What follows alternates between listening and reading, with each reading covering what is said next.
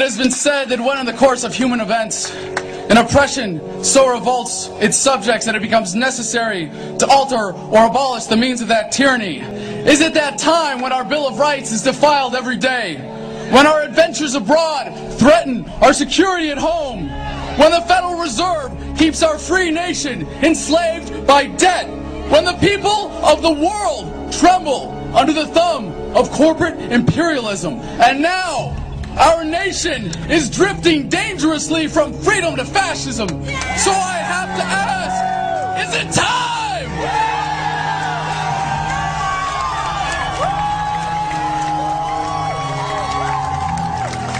The time is now.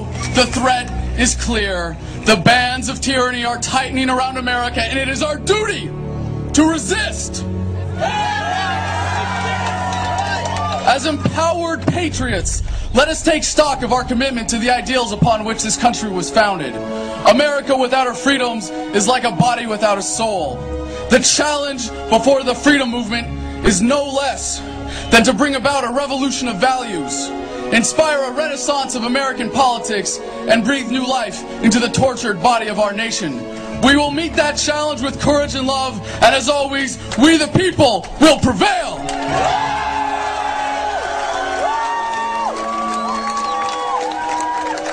To rally the troops of the Revolutionary Army in the winter of 1776, Thomas Paine said, "These are the times that try men's souls. The summer soldier and the sunshine patriot will, in this crisis, shrink from the service of their country. But he that stands by it now deserves the love and thanks of man and woman. Tyranny, like hell, is not easily conquered." As Iraq veterans against the war, we are resisting an occupation we once risked our lives for.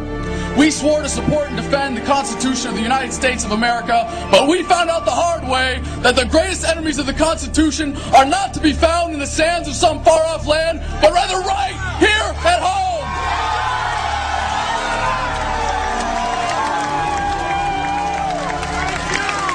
We are your new winter soldiers, and we are still defending America.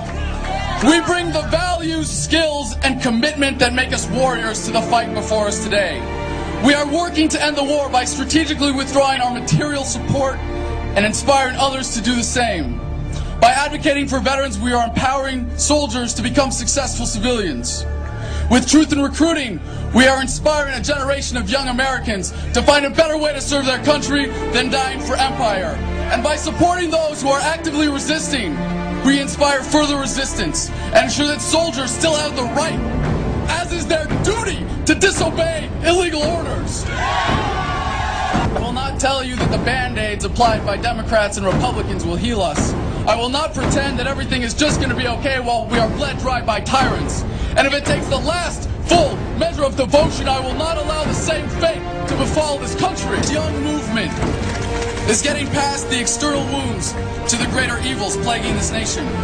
We know that the greatest threat to American security is the current corruption of our government. No politician has ever ended a war. Civil rights were won in this country not by any legislator, but by a movement. I have great hope for America, but it comes not from any election. No, my hope comes from you. Our tragic love affair with the state has led us to put far too much trust in a government that we thought could improve our lives, but has instead come to rule our lives for us. We have become, as a people, like a frightened, battered, beat-down victim of an abusive relationship. A servile, unquestioning, obedient people will always produce tyrants. We must, as a nation, once again, embrace defiance, rebellion, and resistance.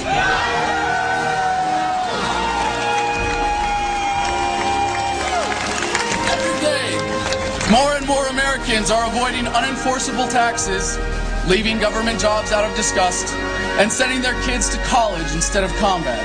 But our efforts as a movement must become unified and deliberate to fully withdraw our support and compliance. Be it with your lives, labor, or tax dollars, stop investing in your own oppression. Guard your communities from the police state. Don't waste a single vote or a single dollar on the two-party system. Do not be content merely to grumble and to march while they are using fear, force and violence as weapons of oppression. We must embrace the opportunity to resist civilly while we still can.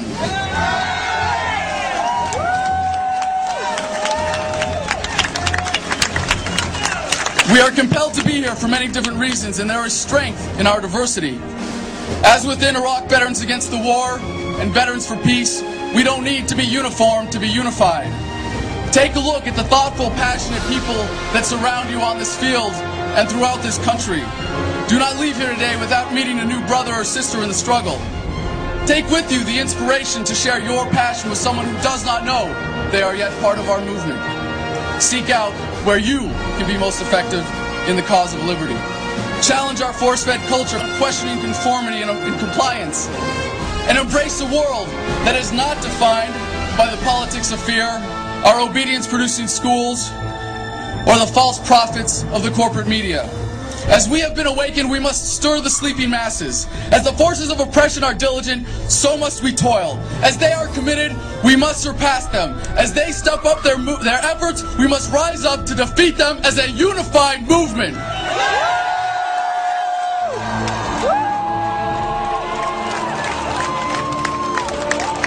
We have been labeled rebels, traitors, enemies of the state.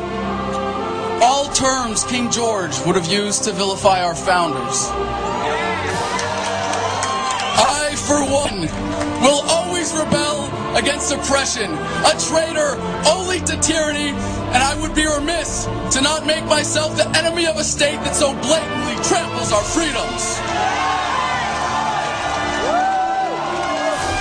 American values have been nearly vanquished by consumerism, militarism, and authoritarianism. Yellow ribbons and lapel pins will not save this country.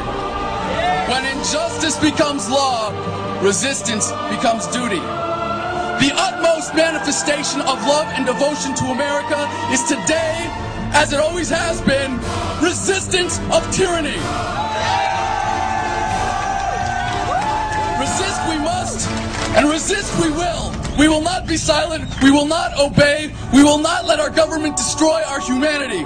We will not wait another moment in fear to stand up for what we know to be right. It is time we start meeting oppression with resistance. They cannot stop us. Humanity marches on. You can fight it or fight for it.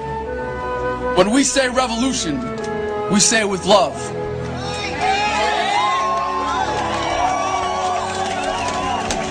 As we march onward from this place, where we have pledged to each other our lives, our fortunes, and our sacred honor, let us embrace the struggle, cherish the fight, and live in that love. The passion of our hearts will be raised with our fists! Open your eyes before you die.